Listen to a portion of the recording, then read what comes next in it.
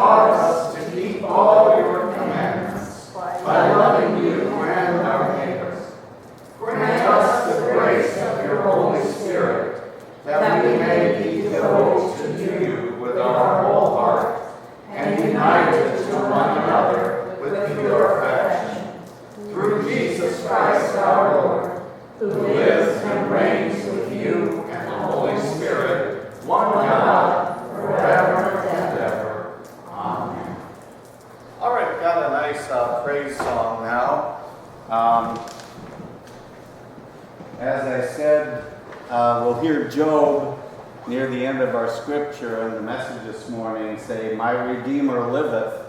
And so I thought I'd play this praise song called My Redeemer Lives.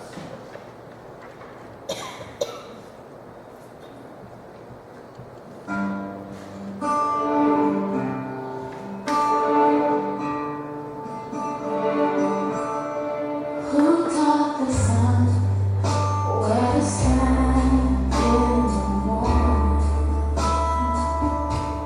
And who told the ocean you can only come this far?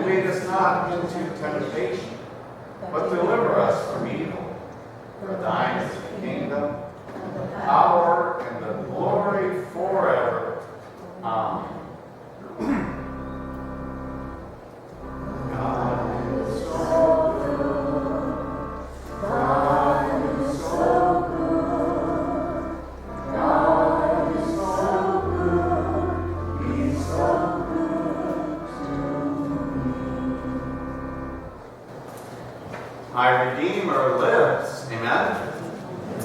Or as we'll see the way it says it in the King James Version, my Redeemer liveth. And We're at chapter 15 as we go through the book of Job now.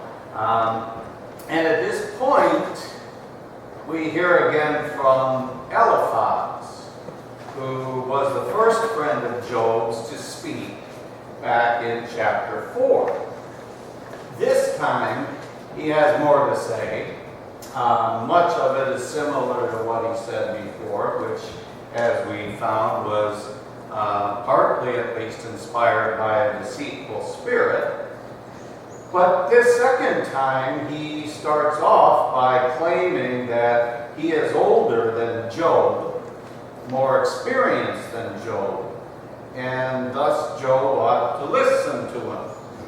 And beginning of chapter 15, verses 1 and 2, it says, "Then answered Eliphaz the Temanite and said, Should a wise man utter vain knowledge and fill his belly with the east wind?" Basically, he's saying again what he said before. Job, you're just a big bag of wind, man.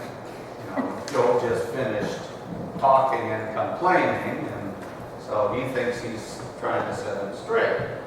He goes on, he says, "Should he reason with unprofitable talk, or with speeches whereof he can do no good? Yea, you cast off fear, and restrain prayer before God. For your mouth utters your iniquity, and you choose the tongue of the crafty. Your own mouth condemns you, not I. Yea, your own lips are testifying against you. Are you the first man that was ever born? Or were you made before the hills? Have you heard the secret of God? Do you restrain wisdom to yourself?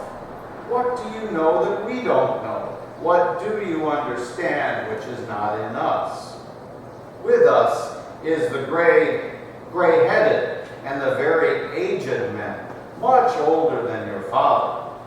Are the consolations of God small with thee? Is there any secret thing within thee?"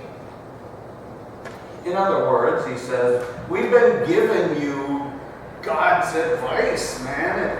Is it nothing to you?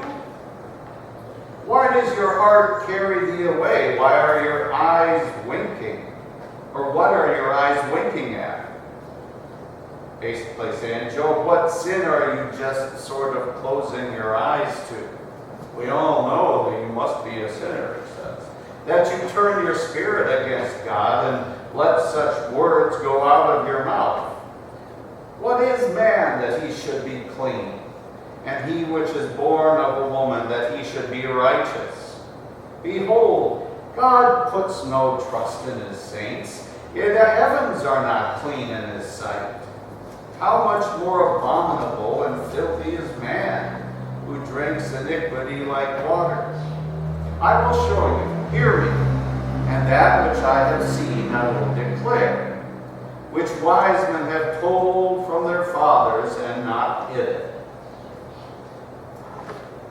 So Eliphaz is speaking here now of the traditions of their time. These are the so-called truths that are passed down from fathers to their sons, the paternal platitudes, if you will. He continues, "Unto whom alone the earth was given, and no stranger passed among them. The wicked man travaileth with pain all his days, and the number of years is hidden to the oppressor. A dreadful sound is in his ears. In prosperity the destroyer shall come upon him." So they believed at the time that a man who experiences pain is surely wicked. A man who has been wiped out, as Job was, is a man who is guilty of sin. He believes not that he shall return out of darkness. He is waited for of the sword. He wanders abroad for bread, saying, "Where is it?" And he knows that the day of darkness is ready at his hand. Trouble and anguish shall make him afraid, and they shall prevail against him as a king that is ready to battle. For he stretched out his hand against God, and he strengthened himself against the Almighty. He runs upon him, even on his neck, and the thick bosses of his bucklers, because he covers his face with fatness, and makes the collops of fat on his flanks. And he dwells in desolate cities, and houses which no man inhabits, which are ready to become heaps. He shall not be rich, neither will his substance continue, neither shall he prolong the perfection thereof upon the earth. He shall not depart out of darkness, and the flame shall dry up his branches. By the breath of his mouth shall he go away. Let not him that is deceived trust in vanity, for vanity shall be his recompense. Job, you're deceiving yourself. You're trusting in emptiness, and emptiness will be the result, your reward, he says. It shall be accomplished before his time. His branch shall not be green. He shall shake off his unripe grape as the vine, and cast off his flower as the olive. For the congregation of the hypocrites shall be desolate, and fire shall consume the tabernacles of bribery. They conceive mischief and bring forth emptiness, and their belly prepares deceit. So all of these things basically are, he's making accusations against Job, saying things like, Job, you've been deceitful. Job, you've been lying. Job, you're a hypocrite. Job, you know you're wicked. And all these things are happening to you because of your own iniquity. And so, in chapter 16, Job answers it. And he says, I have heard many such things. Yea, miserable comforters are you all. There it is again, like we talked about last week. He calls them miserable comforters. And talking about vanity, he says, shall empty words have an end? Or what emboldens you that you answer? I also could speak as you do if you were in my place. I could heap up words against you and shake my head at you. But I would rather to strengthen you with my mouth, and the moving of my lips should assuage your grief. Though I speak, my grief is not assuaged, and though I forbear, what am I eased? If I'm quiet, he says, you tell me to be quiet. What good would that do? You guys will just mouth off more if I say something. But now he hath made me weary, he says. You have made me desolate, all my company, and you have filled me with wrinkles, which is a witness against me. And my leanness rising up in me bears witness to my face. He tears me in his wrath who hates me. He gnashes upon me with his teeth. Mine enemy sharpeneth his eyes upon me.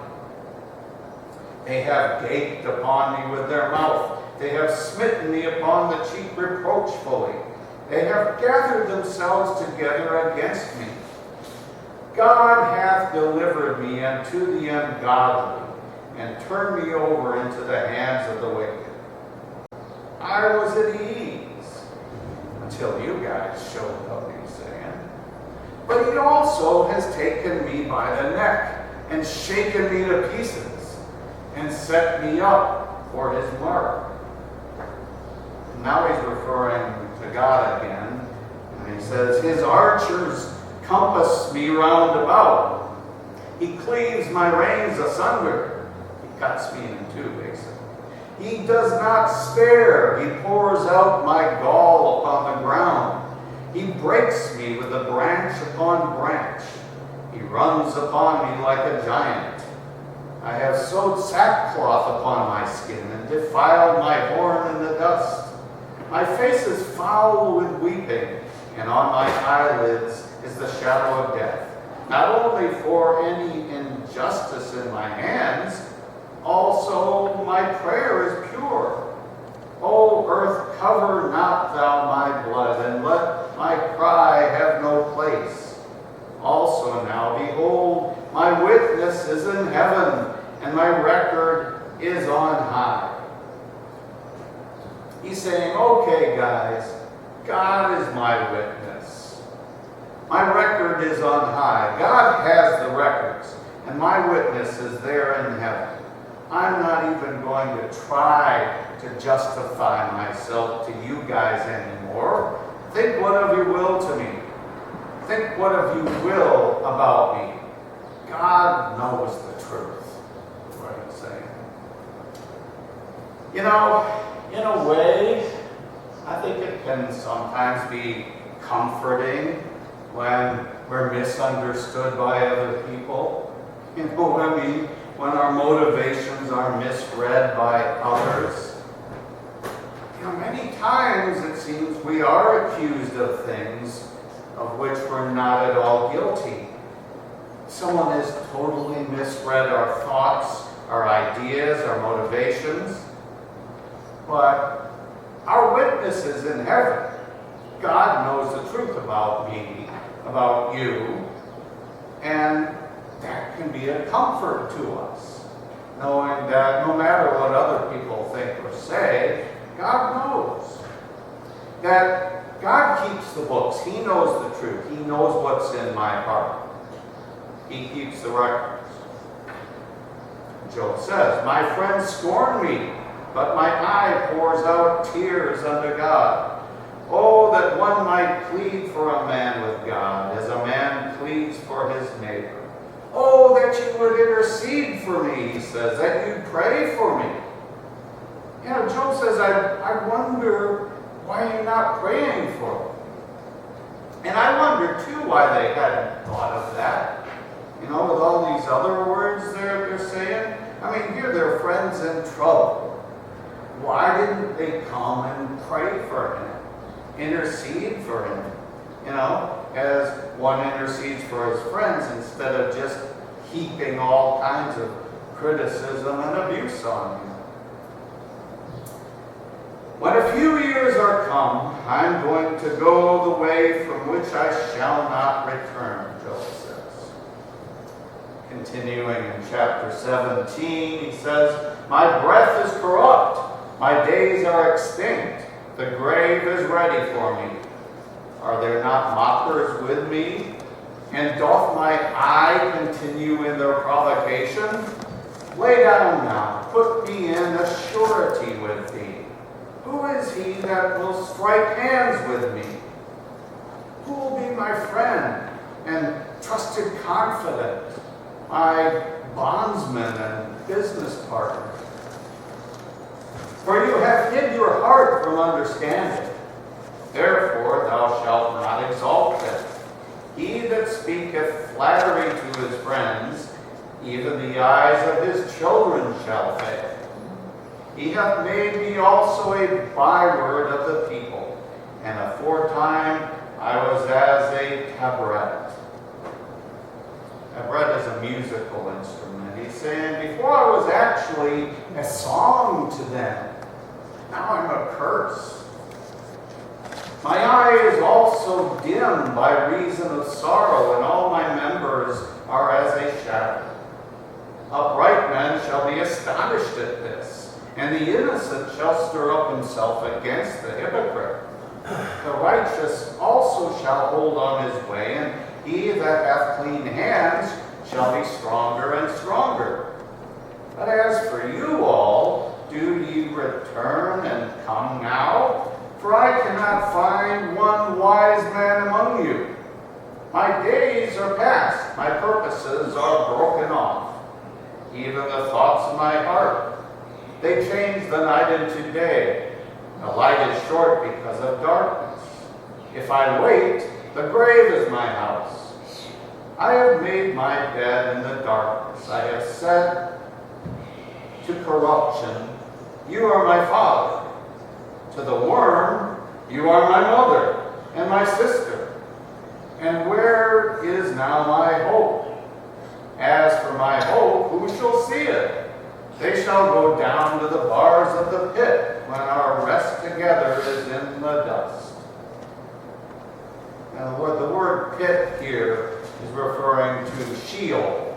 That's actually the Hebrew word used, which is the pit deep down in the earth, which, especially at that time, was where the spirits of those who had died were being reserved, either in hope of redemption or in torment.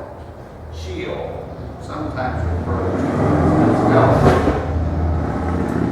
Then chapter 18, we hear again from another guy. It says, "Then answered Bildad." So we're hearing again from the shortest man in the Bible, right? Bildad the Shuhite.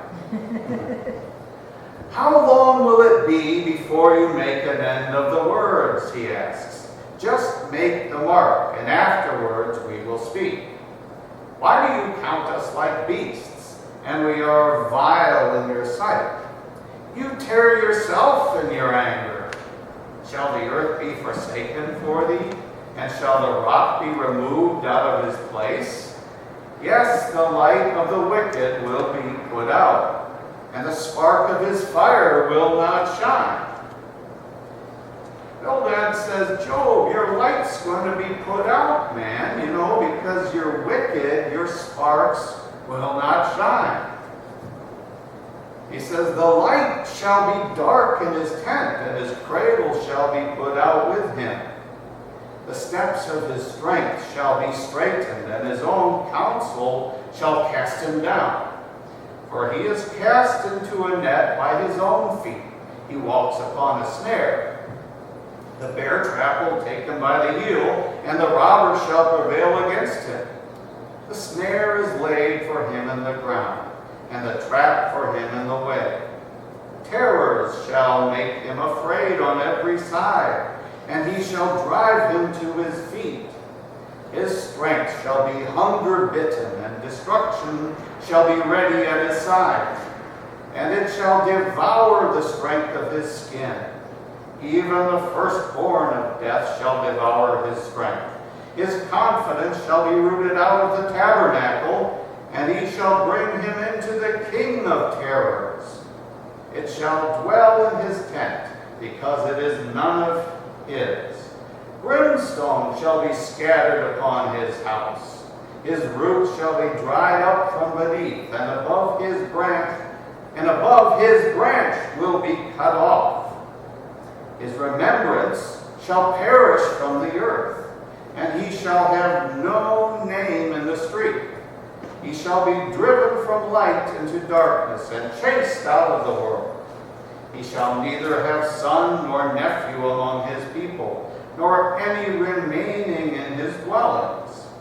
They that come after him will be astonished at his day, and they that went before him will be frightened. Surely such are the dwellings of the wicked, and this is the place of him that knoweth not God." Ouch.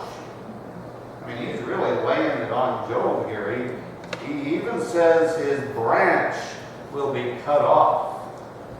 That's pretty cruel. It's referring to cutting off both roots and branches from Job.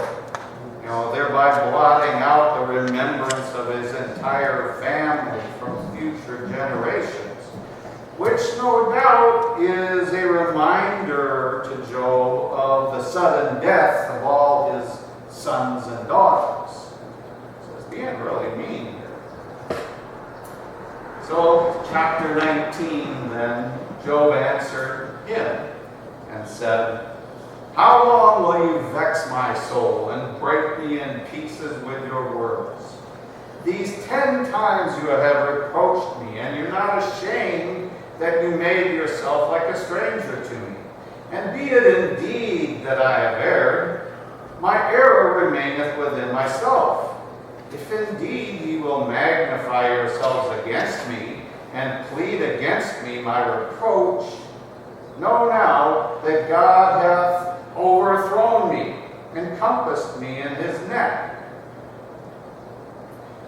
Now, here, this is the thing that really, I think, upsets his friends, that he starts blaming God again for the calamities.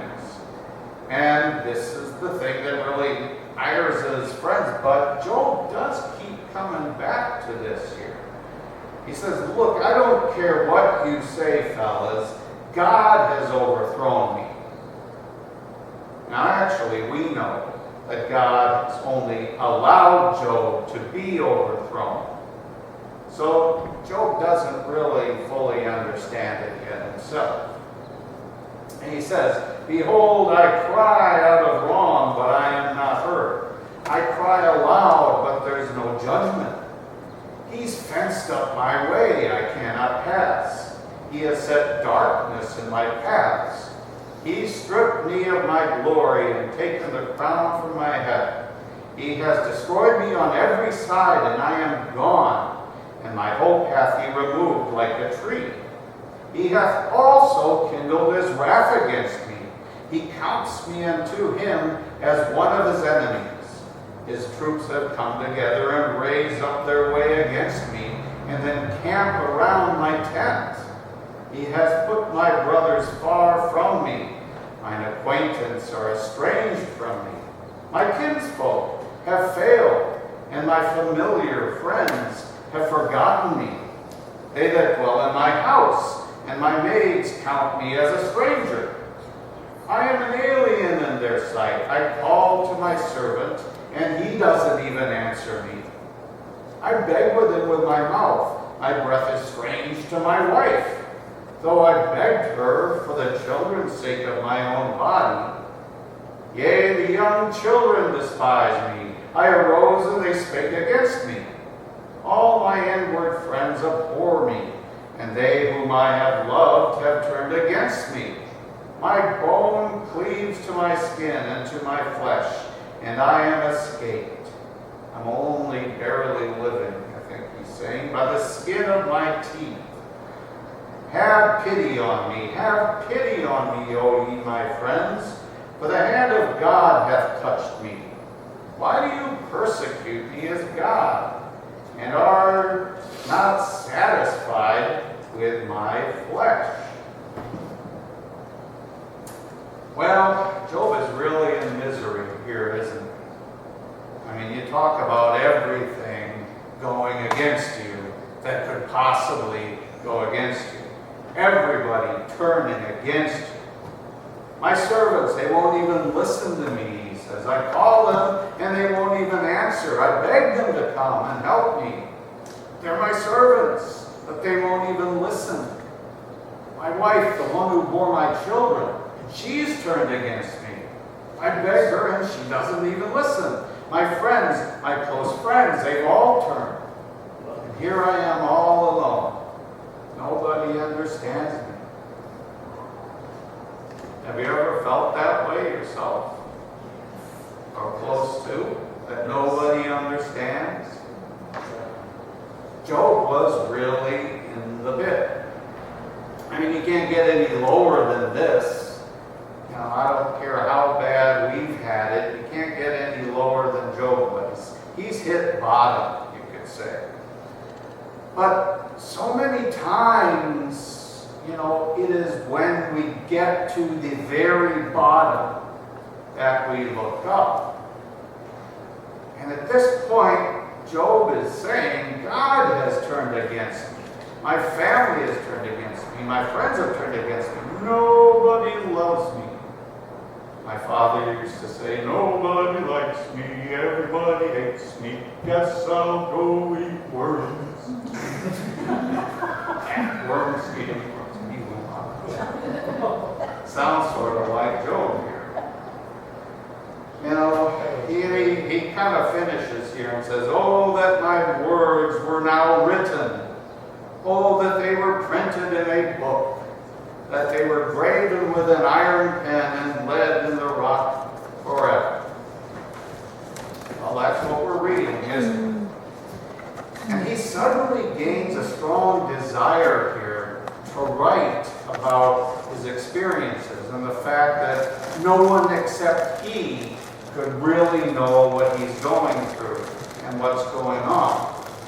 And that's one thing that points very strongly to the fact that Job was the original author of this book, that later on in his life he wrote this all down to share with everyone. And in accord with the common practices of that age, which he says, he wrote his record on stone tablets, which must have eventually come into the possession later on of Moses, who likely published that. That's according to Jewish tradition. They believe that Moses received this from, throughout the ages, from Job, who had written it. And it says then, finally, out of the midst of the darkest despair, I know, I may not know much at this point, but I do know this, the foundation upon which I stand. And it's Job 19, 25 through 27. He suddenly declares, but I know that my Redeemer liveth, and that he shall stand at the latter day upon the earth. And though after my skin the worms destroy this body, yet in my flesh shall I see God, whom I shall see for myself, and my eyes shall behold, and not another, though my reins be consumed within me.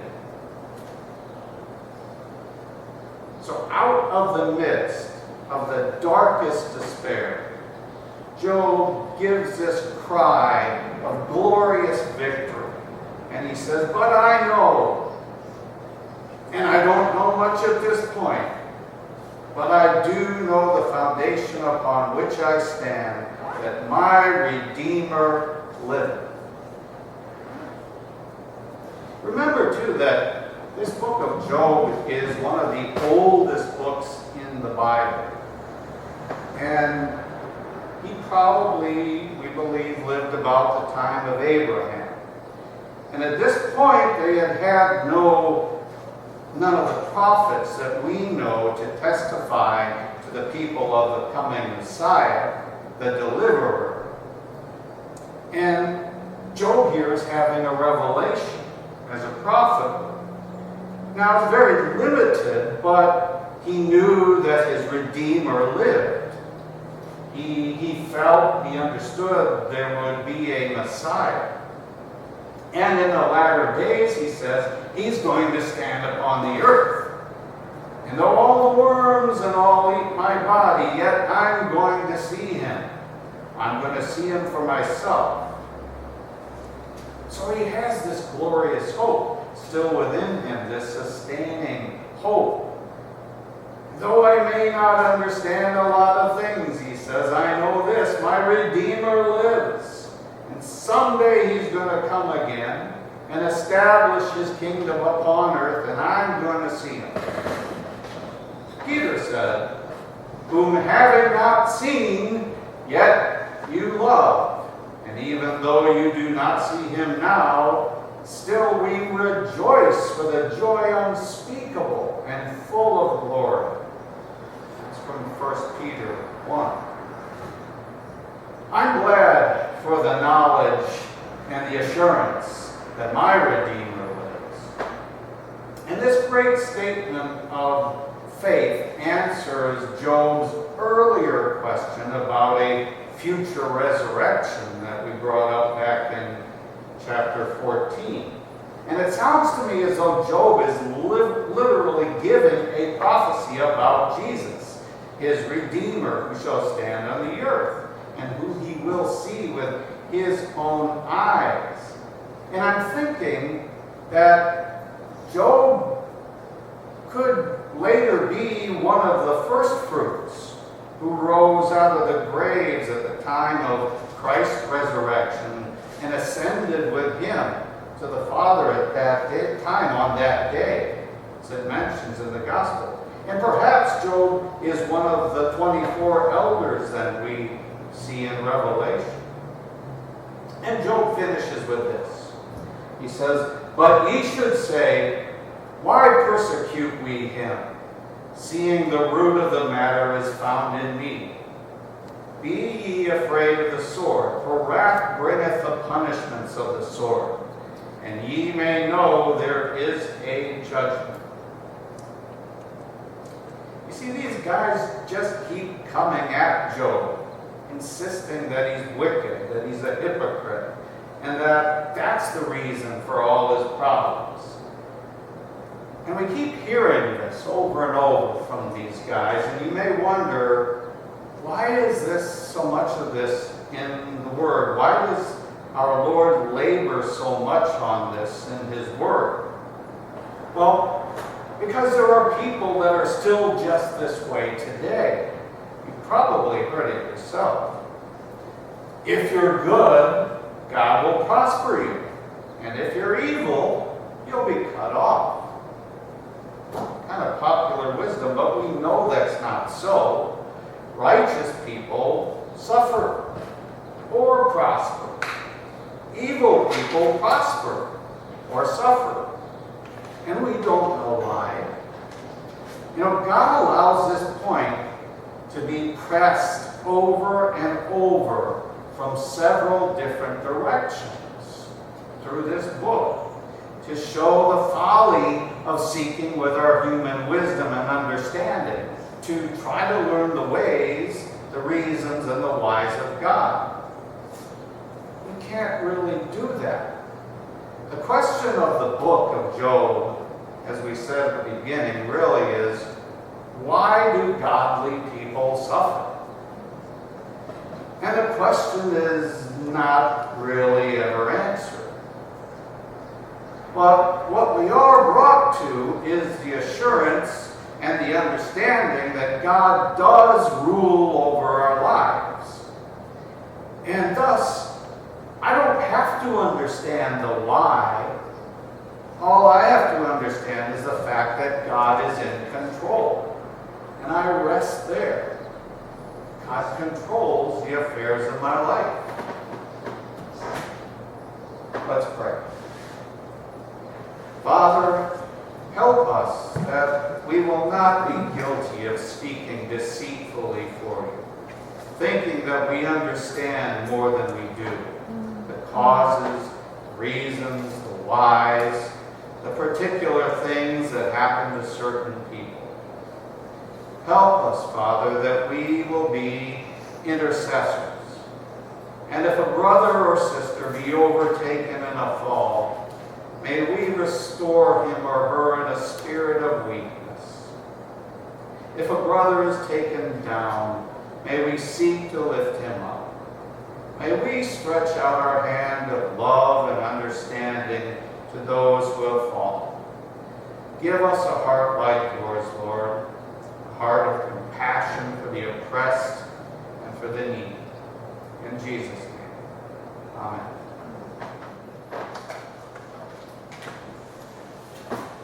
All right. Our Redeemer lives. Praise God. Even Job knew that in his pit. And for next time, chapters 20 to 25, please go ahead and read those. We'll try to cover those next week. Let's finish with a hymn that Roxanne told me was Pastor Russ Jones's favorite hymn. That's right. Yeah, glad to hear that. It's number 543, Till the Storm Passes By. Please stand.